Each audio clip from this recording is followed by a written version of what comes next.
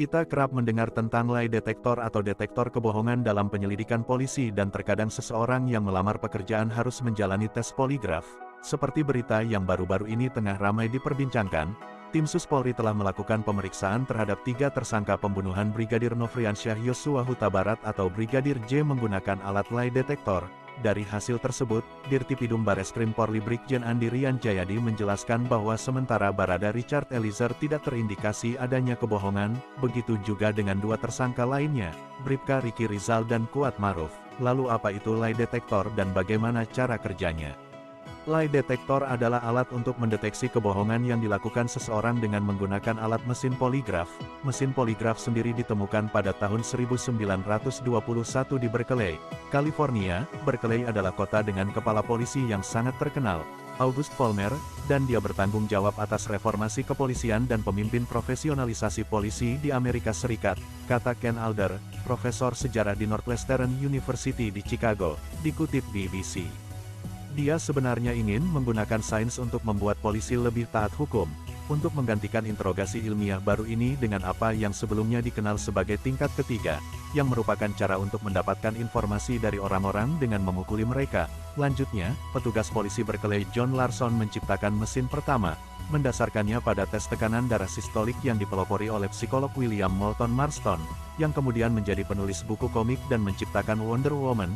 Marston percaya perubahan tekanan darah bisa menunjukkan apakah seseorang berbohong. Poligraf modern mengukur berbagai perubahan fisik seperti denyut nadi dan pernapasan serta tekanan darah. Marston percaya perubahan tekanan darah bisa menunjukkan apakah seseorang berbohong. Poligraf modern mengukur berbagai perubahan fisik seperti denyut nadi dan pernapasan serta tekanan darah. Tetapi kredibilitas poligraf ditantang segera setelah ditemukan.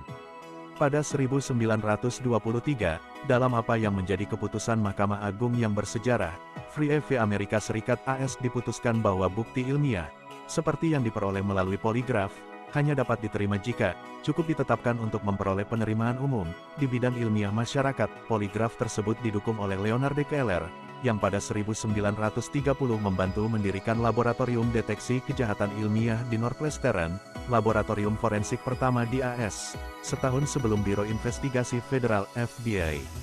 90 tahun setelah penemuannya, poligraf masih belum diterima oleh komunitas ilmiah, hukum atau politik. Dalam beberapa tahun terakhir tes pendeteksi kebohongan lainnya telah hadir di pasaran, seperti perangkat lunak analisis tekanan suara, yang telah digunakan oleh beberapa otoritas lokal dan departemen pemerintah untuk memeriksa apakah penggugat manfaat berbohong. Ketika seseorang melakukan tes poligraf, 4 hingga 6 sensor dipasang padanya. Sebuah poligraf adalah mesin yang beberapa sinyal dari sensor direkam pada satu strip kertas bergerak grafik. Sensor biasanya merekam tingkat pernapasan orang tersebut, denyut nadi orang tersebut, tekanan darah seseorang, keringat orang itu. Terkadang poligraf juga akan merekam hal-hal seperti gerakan lengan dan kaki. Ketika tes poligraf dimulai, penanya mengajukan 3 atau 4 pertanyaan sederhana untuk menetapkan norma bagi sinyal orang tersebut. Kemudian pertanyaan-pertanyaan nyata yang diuji oleh poligraf ditanyakan. Sepanjang pertanyaan, semua sinyal orang tersebut direkam pada kertas bergerak, baik selama dan setelah tes. Pemeriksa poligraf dapat melihat grafik dan